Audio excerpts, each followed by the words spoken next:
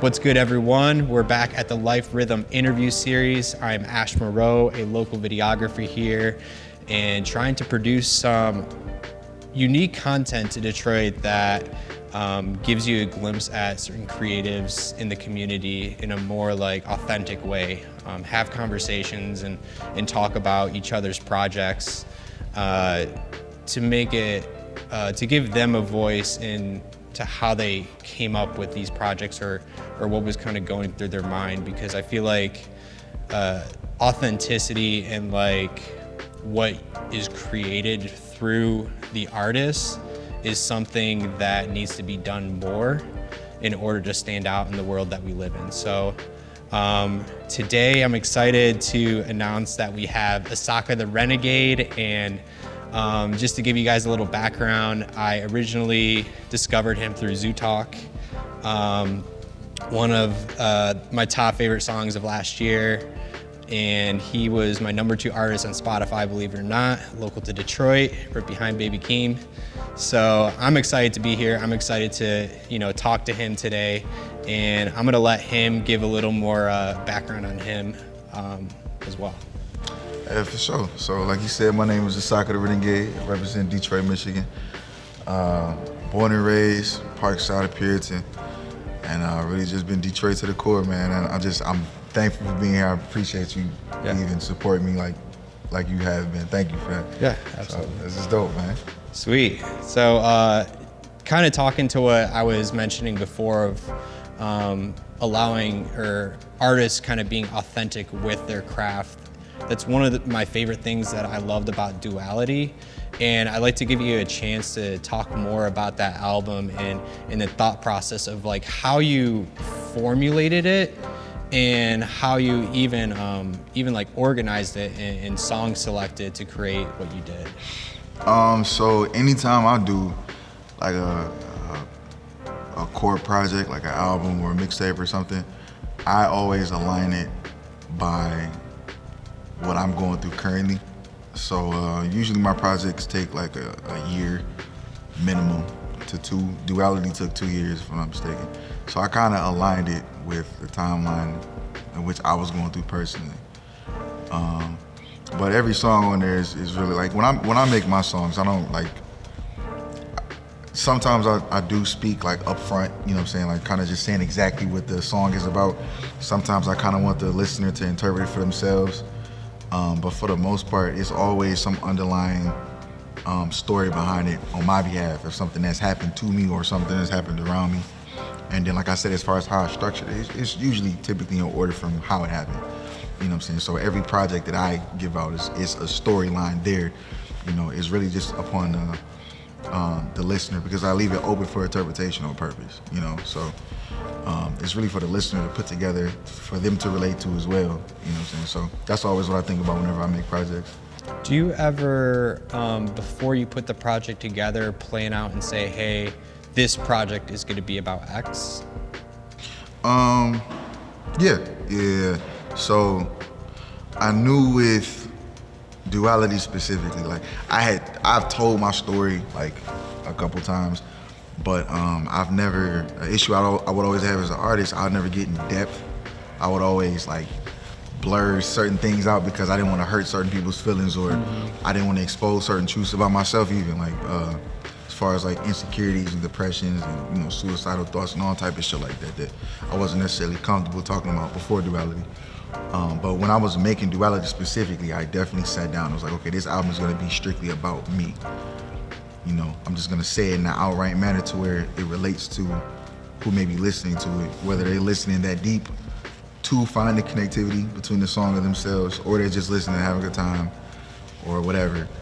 But I definitely, Duality was catered to me for sure. But I usually do set aside like specific goals or targets rather when I do put a project together. What was the, I noticed the whole like radio show like integration. Where did that thought come from, and how did that make its way into Duality? So that was one of the things that actually started from a joke. So like amongst my friends, we got this ongoing joke of like terrible DJs and like we kind of just made a whole play about it. Like one of the DJ's names was like DJ Ass Beats. Like, it's just a play on it. But I also I really integrated into the rest of the album because I know like as musicians or as artists, one thing we focus too much on, in my opinion, is like the radio. Not that we don't need the radio, but I feel like our focal point becomes the radio, and it becomes so heavy to where we saturate our sound to feed into specifically what the radio wants. When in reality, we don't know what the fuck the radio wants. It's like, it's kind of like, it's up in the air as far as like what's gonna break, you know what I mean? So I just felt like playing on it a little bit, because there's one thing I myself would trip myself over, like, damn, I don't got nothing on the radio.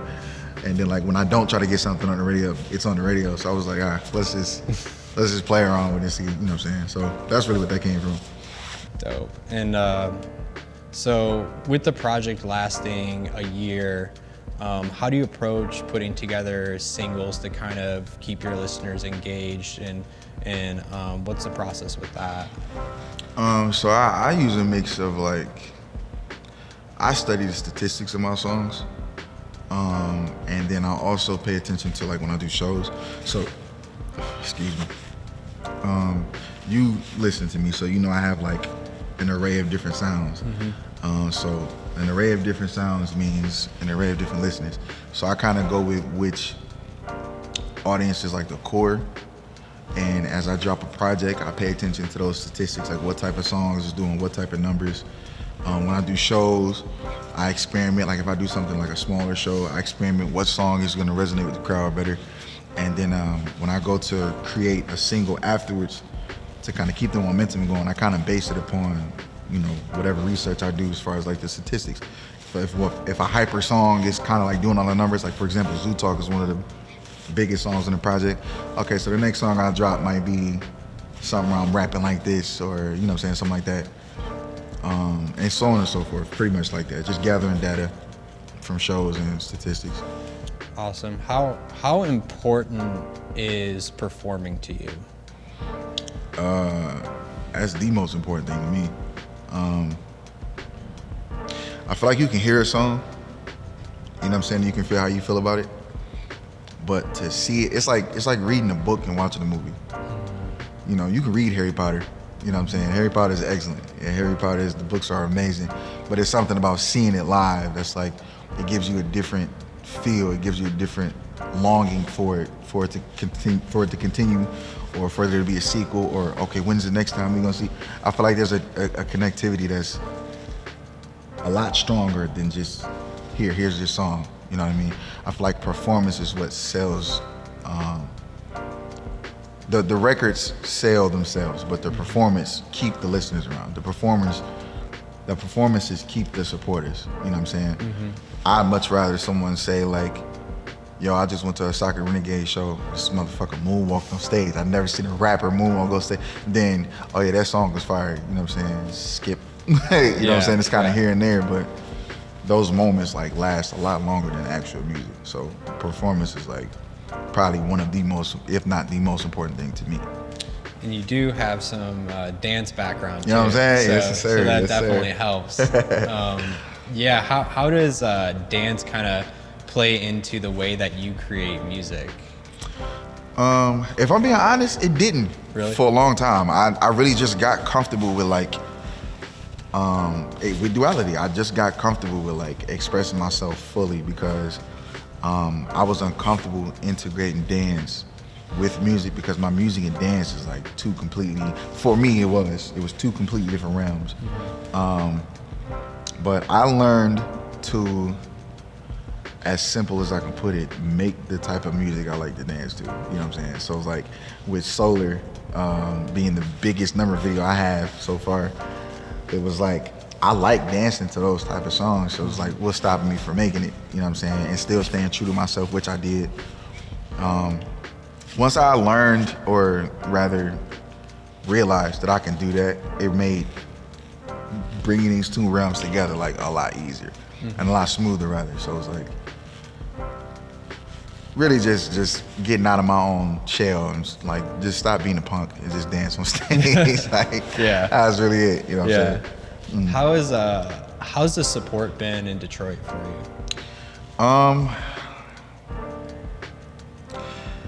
It's weird.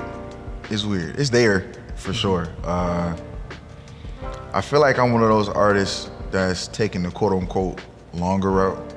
So when you take the longer route, the support builds slowly. You know what I'm saying? But it's solid, and that's what I appreciate about my support. The support I have the most. So like, I might start off with 20, 30 people to show up to a show, but I keep doing shows, I keep grinding, I'm being humble, and next thing you know, 6 months after my album drops, I'm selling out a club at L Club, you know what I'm saying, for myself, my own concert, because that support continues to build, and then the beauty about it is when you take the slow route, that support is sustained. So I haven't done a concert since then, but I can do another concert, and those people that were there already are gonna be like, oh shit, okay, last time we went it was crazy. Let me bring somebody else because we know it's gonna be like this, you know what I'm saying? So support is like, I say it's weird because even though it's sustained, it's very, it's hard to maneuver through sometimes because we live in a city with a specific sound. Right. And I don't have that sound at all. I don't knock it, I love it, you know what I'm saying? But I don't have that sound at all. So it's like, it's almost like damn near have it. I used to phrase it as if like I'm kind of bullying my way into being supported because it's like, they don't want to hear that shit at first, but once you actually show that you have some talent or you can put on a show, then it's like you kind of gotta like make people listen. So it's like, it's weird sometimes, honestly, but I like the route I'm taking as far as the support. Like I like the way that it feels for now. Awesome. So now that we have like Duality and a couple singles that have recently released, I noticed that an EP is coming out. A mixtape, actually. Mixtape. Awesome. So tell me more about the mixtape that's coming out. Okay, so the mixtape is actually coming out next month. Okay. Yeah, it's called the Space Tape. And like I said, whenever I do projects, like lengthy projects, there's always some type of theme or underlying connectivity that I hope to have with the listeners. Duality, like I said, the main focus was telling my story in depth, in ways I haven't felt comfortable before. The Space Tape is really a play on the word space. So when you hear space, automatically you think of NASA. Case in point, you think of, planets, astronauts, stuff like that. But the real premise of the project is about mental spaces. I feel like a lot of people have been going through, and have been through before, a lot of different mental spaces in which, some they could handle, some has hindered them from doing something that they wanted to do, and I myself included, I've been in like some really messed up mental spaces. So the Space Tape is really, like I said, a play on the word space. Each song has a different space. It's its own planet of sorts, its own realm. None of the songs sound like any of the other songs, or more so even connect. It's more so like as swift as like a mood change, you know what I mean? Because again, every song is some moment in my life I was feeling like this in that exact moment. And the unique thing about this mixtape is I didn't write a lot of this. Like a lot of this is like freestyle. I'd say like 90%. So it was really like I was in that moment. I was like, okay, I need to go record this right now. And just whatever came out is what came out. So it's really me expressing myself through my mental spaces. But my goal is to connect with people who resonate in those same spaces, you know what I'm saying? Or maybe they don't realize they're in their spaces and they hear this certain song and it kind of helps them mellow through it, or whatever the case may be, you know what I'm saying? So that's really like the premise of the project. But Space Tape is the next drink, and it's lengthy. It's just up under, if I'm not mistaken, as many songs as Duality. So it's like, oh wow. Yeah, it's like a full project, you know what I'm saying? That's sick. No, I'm super excited to check it out when it comes out. I think I want to just give you the opportunity to just talk about whatever you want to talk about at this point. If you want to shout something out or shout someone out, just want to give you the opportunity to say whatever you want to say as we wrap up. Well, first and foremost, shout out to Regine. Got to throw the family out there, you know what I'm saying? Y'all be on the lookout for the space tape. I actually will be putting the release date on my page probably within the next week or so. I don't even know what else to say.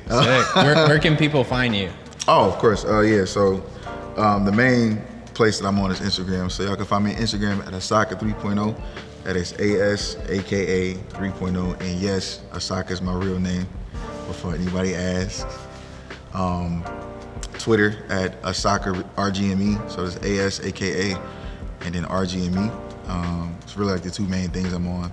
And then my music is everywhere. Whatever source you listen to, Apple Music, Spotify, Tidal, Deezer, whatever the fuck that is there. Yeah, that's pretty much it. Awesome. Well, I'm Ashe Moró. We're wrapping up here. Excited about the conversation we had. I think a lot of good content, a lot of good insight for music artists that are looking to kind of take, the slower route. And to me, from, a creative perspective, is a much more effective route in the day that we live, because the market is so saturated, and you really need to find a way to stick out from all these other artists. That's a fact. And at the end of the day, like, music is being vulnerable, and it's speaking, through your soul. So yeah, we're wrapping up here, but make sure you go check out the other videos and the other interviews that we had. And there's a lot more to come. This is only the beginning. I'm aiming for doing one of these a week. So a lot of great people that are gonna be on here, and I hope you guys stick around. So peace. I just want to give you a chance to talk about the T-Pain reviewing your song.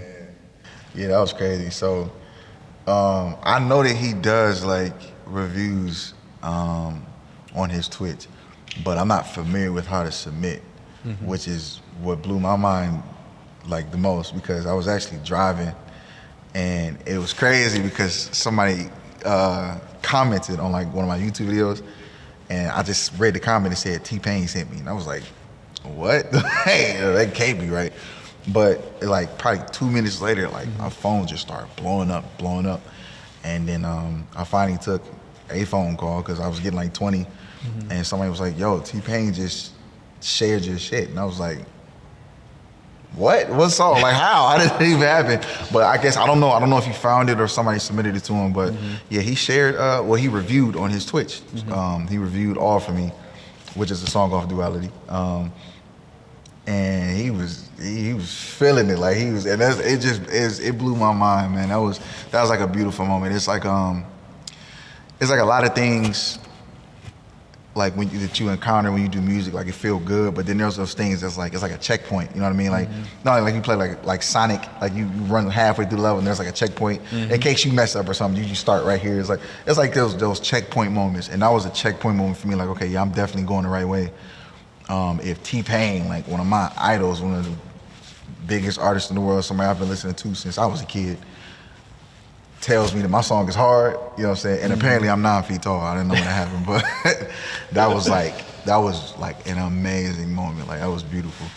That's definitely. Awesome.